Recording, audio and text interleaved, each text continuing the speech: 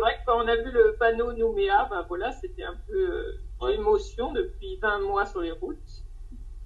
On commence à réaliser en fait petit à petit, les sentiments sont assez, comment dire, on a du mal à se rendre compte de tout ce qu'on a fait. Si Émilie et Davy Sanchis ont dû prendre l'avion pour allier la Nouvelle-Calédonie, c'est bien à vélo qu'ils ont parcouru près de 23 000 km à travers le monde. Le couple s'est lancé de Blois le 13 juin 2021. Après 577 jours de périple et 17 pays traversés, ils arrivaient à Nouméa le 4 février.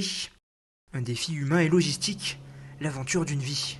Au niveau des vélos, bah, c'est vrai que maintenant, voilà, on voit qu'ils commencent à être fatigués, mais on a changé énormément de choses. Hein. Ce qui reste d'origine, c'est le cadre, le guidon et la selle, mais sinon, c'est vrai qu'on a dû changer beaucoup de choses. Mais par exemple, on est très content sur le choix de nos pneus.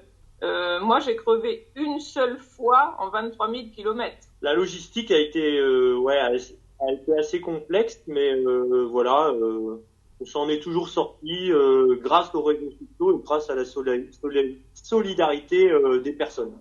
Des montagnes enneigées de Turquie, aux 47 degrés des steppes kazakhs, en passant par la Corée du Sud, leur projet Bike Up and Down a fait du chemin et peut-être changé les mentalités autour de la trisomie 21.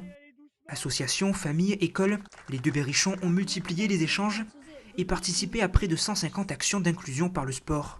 On s'attendait pas vraiment à ce que le projet soit soutenu autant par les ambassades de France, par les médias aussi, par les familles, les assos. Donc on a eu un retour, ça nous a vraiment beaucoup touché que le projet ait un relais aussi important dans tous les pays. Ça a été partout, quoi. À la fois, on a rencontré des gens dans les écoles, parce qu'on a fait beaucoup de présentations dans les écoles. On a rencontré 4000 élèves en tout, plus toutes les associations autour du handicap qu'on a rencontrées, les familles, donc avec des enfants porteurs de trisomie qui nous ont hébergés. Et c'est vrai qu'avec le projet, on a vraiment noué des liens pas très très forts avec ces familles et c'était quand même souvent avec beaucoup d'émotions qu'on les quittait, quoi. On partait sur notre vélo, voilà. Alors nos lunettes de soleil de vélo étaient là pour cacher nos larmes, mais c'est vrai qu'on a vécu des moments très forts.